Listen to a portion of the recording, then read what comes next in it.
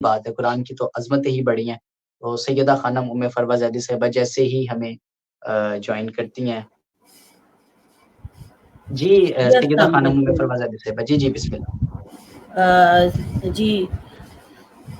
خبر آپ نے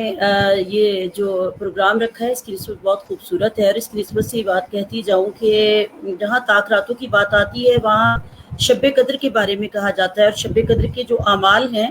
وہ اتنے خوبصورت ہیں کہ ان اعمال کو پروردگار عالم نے انسان کی نجات کا وسیلہ بنا دیا ہے، اور شب قدر کو تلاش کیا جاتا ہے۔ مادرا کا ما لیلۃ القدر، اور تمہیں کیا خبر کہ لیلۃ القدر کیا ہے، لیلۃ القدر کی حقیقت کیا ہے۔ تو یہاں ائمہ طاہرین نے عبادات کی وہ طریقے بتائے ہیں، عبادات کے لیے وہ نوافل بتائے ہیں کہ جہاں ہم ان نوافل کو ادا کر کے شب قدر کی متلاشی ہو سکتے ہیں، اور حقیقت حقہ کو پروردگار کی جاننے کے لیے پروردگار سے قرب الہی ضرور ہے، اور قرب الہی کے لیے آپ کو خلوت درکار ہے، اور خلوت میں جب انسان عبادات الہیہ کرتا ہے تو اپنے پروردگار کی طرف سے رجوع اور خشوع و خضوع کے ساتھ جب اپنے پروردگار کو پکارتا ہے تو میرا خدا کہتا ہے کہ اما یجیب المضطر اذا دعا ویکشف السوء، تم مضطرب ہو کے بے قرار ہو کے جب مجھے پکارتے ہو تو میں تمہاری ندا کو سنتا ہوں۔ پھر میرا پروردگار کہتے ہیں اتونی استجب لاکم، تم مجھ سے دعا کو طلب تو کرو، میں تمہاری دعا کو پورا کروں گا۔ تو پھر یہاں آپ نے جو ذکر کیا ان طاق راتوں میں سب سے بڑی بات تو یہ عشرہ نجات ہے کہ جہاں ہم اپنے پروردگار سے نجات طلب کرتے ہیں، اور نجات کے مراحل بہت خوبصورت ہیں، جہاں دنیا میں بہت سے اعمال کبھی کیے جاتے ہیں اور ان کبھی اعمال کے لیے پروردگار کی بارگاہ میں ہم ملتمس ہوتے ہیں کہ رب ذوالجلال ہمارے گناہوں کی مغفرت فرما دے، جو عمدن سہون ہم غلطیاں کرتے ہیں جن کا ہمیں علم بھی ہوتا ہے اور جو ہم بے خبری میں گناہ کرتے ہیں، تو ہم ان راتوں میں ان ماہ سیام کی ان خوبصورت اور برگزیدہ راتوں میں پروردگار سے ملتمس ہو کے دعا کرتے کہ یا بار الہ، تو اپنے بندوں کو بخش دینے والا ہے پروردگار، تو جہاں کہتا ہے للہ واحد القہار، تو وہاں تو رحمان و رحیم بھی ہے، تو ہم تیری رحمت کا واسطہ دے کے تجھ سے یہ بات طلب کرتے ہیں کہ پروردگار تو ہمیں نجات عطا کر۔ یہ وہ ایام ہیں کہ جب تمام امت مسلمہ عبادات بھی کر رہی ہے، زکوٰۃ بھی دی جا رہی ہے، خیرات بھی دی جا رہی ہے، وہاں بخشش کے لیے دعائیں مانگی جا رہی ہیں، پروردگار کی بارگاہ میں جمی محافل جو ہے ان کا انتظام کیا جاتا ہے، اور پھر بہت سی ایسی جگہیں ہیں جہاں اعتکاف کے لیے اہتمام کیا گیا ہے۔ یہ تمام وہ خلوت میں عبادات ہیں کہ جو ہم پروردگار کی بارگاہ میں جب کرتے ہیں تو ہم نجات طلب کرتے ہیں۔ اب نجات کے حوالے سے آپ نے کہا کہ عذاب قبر کے بارے میں جی بات کی ہے، تو بہت سے ایسے کنسپشنز ہیں لوگوں کے، لوگ یہ سمجھتے ہیں کہ خدا نخواستہ عذاب قبر کسی پر نہیں ہوگا یا عذاب قبر کی نہیں، حقیقت نہیں ہے۔ تو عذاب جی قبر کی حقیقت اتنی محکم اور ضروری ہے لوگوں کے لیے جاننا کہ پروردگار عالم نے ختم مرتبت رسول خدا صلی اللہ علیہ وسلم کو وہ وسیلہ بنا کے بھیجا کہ جہاں ہم کسی بھی چیز کو مخفی سمجھتے ہیں یا ہمارے علم میں نہیں ہے، وہاں نبی مکرم نے ہماری رہنمائی فرمائی، اور ہر جگہ نبی مکرم نے ہمیں عبادات کے بارے میں بھی تمام امور جو ہیں وہ وہم پہنچائے، تو وہاں عذاب کے بارے میں بھی نبی مکرم نے اپنی امت کو بارہا آگاہ کیا اس حوالے سے کہ جو ہے وہ صحیح مبارک کا حوالہ بھی ہے، اور تفسیر ابن کثیر سے بھی کہ جناب ختم مرتبہ اپنے صحابہ اجمعین ساتھ قبرستان سے گزر رہے تھے کہ گزرتے ہوئے نبی مکرم نے ایک مرتبہ اشارہ کیا اور اشارہ کر کے فرمایا کہ ان قبروں پہ عذاب ہو رہا ہے، تو تب تمام اصحابہ اجمعین نے دریافت فرمایا یا رسول اللہ کیا قبر پہ عذاب ہوتا ہے؟ تو آپ نے فرمایا کہ بے شک جو شخص دنیا میں عمدن سہون گناہ کرتا ہے تو پھر اس کو قبر میں پرسش دینی پڑتی ہے، اور اللہ جو اہل اللہ، القبور ہوتے ہیں وہ اپنے تمام امور ظاہری دنیا میں جو کرتے ہیں انہیں پروردگار کی بارگاہ میں جواب دہ ہونا ہوتا ہے۔ جو لوگ پروردگار کی بارگاہ میں